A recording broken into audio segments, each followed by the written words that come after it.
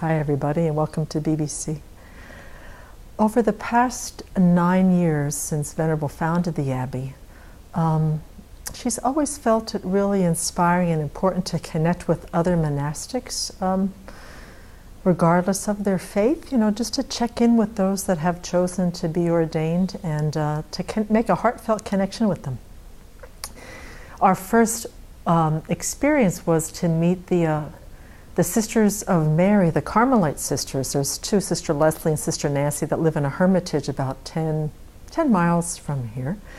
And we met them maybe about 8 years ago. We were thinking about doing our forestry work, and we kind of did a little bit of asking around, and one of the foresters that we knew said, "You should check out the Carmelite sisters because they won the Forest Stewardship Award back in 2004 for caring for their forest, and they might be of help."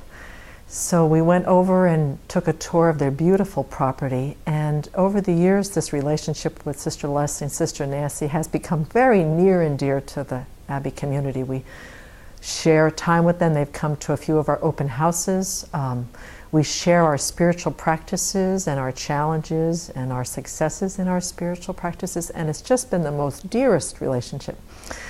So this past week, the Abbey community and our Sangha sisters who are visiting, Sister Chudin and Venerable Chunzum and Venerable Droma, we all went down to the Sisters of the Holy Name, which have their main sort of province center for the state of Washington in Spokane, as well as their healthcare center for their elderly sisters. And we made the connection through Sister Mary Ann Farley. I'm not sure how Venerable made the connection, but they had recently been part of an interfaith dialogue on abolishing the death penalty in the state of Washington. So there's been a very wonderful connection for both of them on something that they both feel very, very strongly about. So the community accepted an invitation to go to lunch there this past Wednesday. And it was really remarkable. Most of the sisters in the order now are quite old. They have a few young ones that are training in Oregon, but because this is a care facility, most of the elders are there. And we all sort of split up at the lunch tables and sat with some of the different sisters and answered their questions and asked questions of them. And it was a remarkable experience, and we all kind of, I think we're inspired just generally at the fact that this community has been together for a very, very long time. Many of the sisters are celebrating their 50th, 75th year of being nuns, which is inspiring and amazing.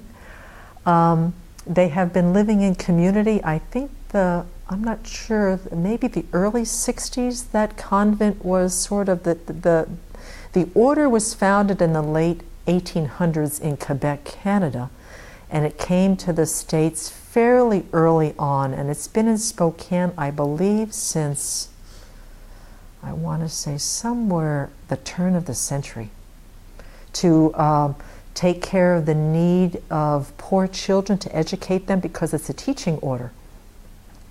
And that this one in Spokane, I think, must be at least 40, maybe 40, 50 years old. I'm not sure of the time frames. But what was wonderful is we all sat around in a group after lunch, and we talked about what our aspirations for ordaining were in the first place and some of the challenges and insights. And there were two things that struck me.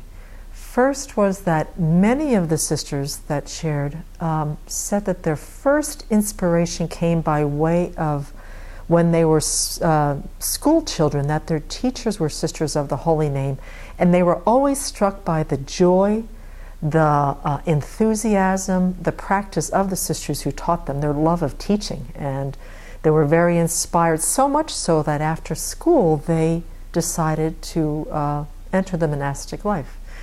The other one was I think it was almost unanimous sharing of how important community life was to their practice, that they've loved being in community with each other, to be able to share the spiritual path together, to share as teachers the ups and downs of being teachers, and just growing with all of their good qualities by living together. And even now, 50, 60 years later, you can really feel the care, the love, the mutual respect that they have for each other.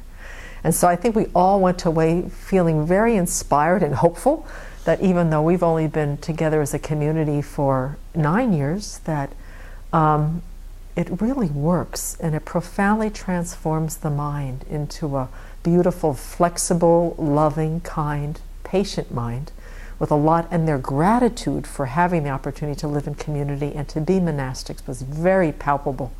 So I think we all went away feeling extremely inspired and hopeful that perhaps Sravasti Abbey in 70, 80, 90 years will also have this kind of legacy of community life with a Sangha that is filled with gratitude and a lot of wisdom and compassion. And we did a lot of laughing too. It was really quite a wonderful, treasured day for all of us. So by extending ourselves to connect with all monastic communities, it really does deepen our sense of purpose for why we are here and why we have chosen the monastic life.